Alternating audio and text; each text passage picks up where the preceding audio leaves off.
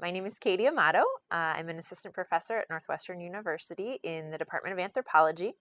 And my background is actually equally in the gut microbiome and primate behavior and ecology. So I'm trained as a field primatologist as well as a lab microbiome biologist, I suppose, if you were going to put a title on it.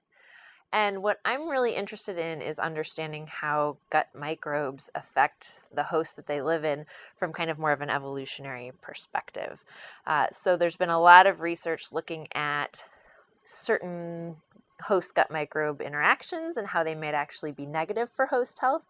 And I'm interested in taking a couple steps back and trying to look at whether some of those interactions and relationships could have been beneficial in other contexts, and then what about the context has changed that now makes those interactions negative. So for example, in terms of gut microbiome research and obesity, I started to become really interested because there are certain types of gut microbes that can contribute to obesity by providing more energy to hosts and altering host metabolic programming. And we think of that as a bad thing because if hosts aren't using that energy or are being programmed that way and don't use that energy, then they put on fat. But in certain situations like food shortage, or if you're a woman who's pregnant or lactating or a child who's growing, having that sort of extra energetic resource or that alternative metabolic programming might actually be a helpful thing. And so how do we understand how that situation changes from being something that's helpful to something that's potentially harmful?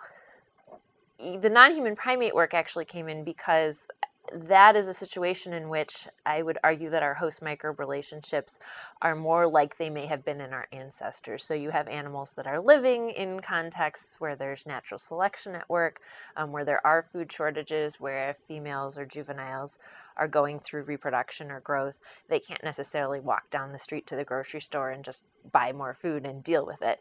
And so I started my work in that context with those sorts of interests, but there are obviously human counterparts to that, and that, a lot of the human populations that have been studied to date are populations that are relatively well off, that again have access to all of these resources and may not struggling with those same nutritional challenges. But we also know that there are many human populations that do struggle with those sorts of nutritional challenges. And so it's become really interesting to me to try to understand how can we apply what we've learned from non-human primate populations that are in kind of those more challenging types of contexts to human populations that may be in sort of analogous situations. It's always going to be more complex with humans, right? There are more factors that are affecting our health and are making our lifestyles different that may be affecting gut microbes, but at least trying to kind of use that evolutionary starting point as a way forward. In addition to trying to understand how we might be able to use non-human primates and lessons that we learn about host gut microbe interactions for them as kind of models for humans or as kind of null hypotheses for the human situation, I'm also really interested in comparing gut microbiome interactions in non-human primates to humans to try to understand whether there might be something different going on in humans, since we have so many things about our physiology that are unique, and many of those aspects of physiology have also been linked to gut microbes in kind of a clinical context. Again, I'm interested in taking kind of this evolutionary viewpoint and looking at whether there may be a reason, evolutionarily speaking, that humans have a distinct gut microbial community, and is that associated with physiology? And then can that tell us something about our risk for certain diseases and where we see those diseases cropping up in terms of, again, these context shifts and kind of altered situations?